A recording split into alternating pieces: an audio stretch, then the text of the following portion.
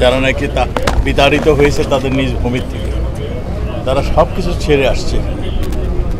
কাজেই তাদের তো ভবিষ্যৎ কী হবে তারা কিছুই অনিশ্চিত।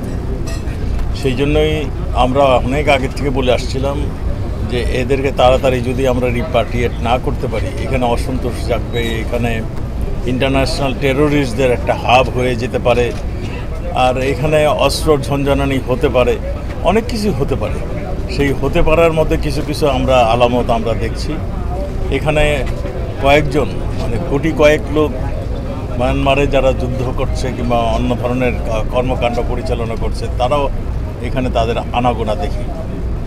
আর সবচেয়ে বড় ভয়ের ব্যাপারটা হলো আমাদের, যেটা আমরা সবসময় ভয় করে আসছি, আমাদের দেশ কোনো ড্রাগ তৈরি করে না, কিন্তু সেখান থেকে ড্রাগ আসতো এবং এই ক্যাম্পের কিছু সংখ্যক লোক এর সঙ্গে জড়িত হয়ে গিয়েছে।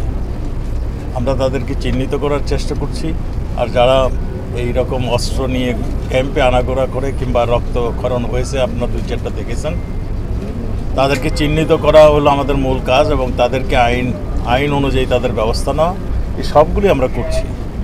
আমরা আজকে এই এপিবিএন ক্যাম্পে এসে আমরা তাদের খোঁজখবর নিয়েছি, তারা কি অসুবিধা ফেস করছে, তাদের সুবিধা অসুবিধাগুলো শুনে, এবং আমরা এইটাই বলেছি যে বাংলাদেশ একটা ইতিহাস সৃষ্টি করেছে জঙ্গি দমন, সন্ত্রাস দমন, এবং কোভিডের সময় আমাদের পুলিশ বাহিনী যখন সবাই যার অবস্থানে চলে গিয়েছিল, আমাদের পুলিশ বাহিনী কোভিড সময় আত্মমানবতার সেবার কথা বলুন, জঙ্গি দমনে বলুন, সন্ত্রাস দমনে বলুন, তারা যেই ভূমিকা রাখছে, আজকে এপিবিএন এই জায়গাটাও সেই ভূমিকাটাই রাখছে।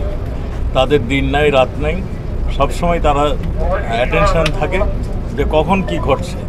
তা আমরা তাদেরকে বলছি, তোমরা উদাহরণ সৃষ্টি করেছো, বাংলাদেশ যে এগিয়ে যাচ্ছে তার একটি কাজও তোমাদের দ্বারাই হচ্ছে, কারণ তোমরাই শান্তিপূর্ণ অবস্থায় রাখছো বলেই আমাদের দেশ এগিয়ে যাচ্ছে। এদেরকে আরও ভিজিলেন্ট হওয়ার জন্য, সন্ত্রাসীরা কোথায় আছে সেগুলি দেখার জন্য, আর তারা যেন আরও ভালো সুন্দরভাবে কাজ করে, তারই কিছু পরামর্শ আমরা দিয়েছি। আমরা মনে করি আমাদের পুলিশ ফোর্স অত্যন্ত চৌকস, অত্যন্ত তারা নিবেদিত, তাদের অর্পিত দায়িত্বটা সঠিকভাবে পালন করছে বলেই আমরা আজকে ভালো আছি। Thank you.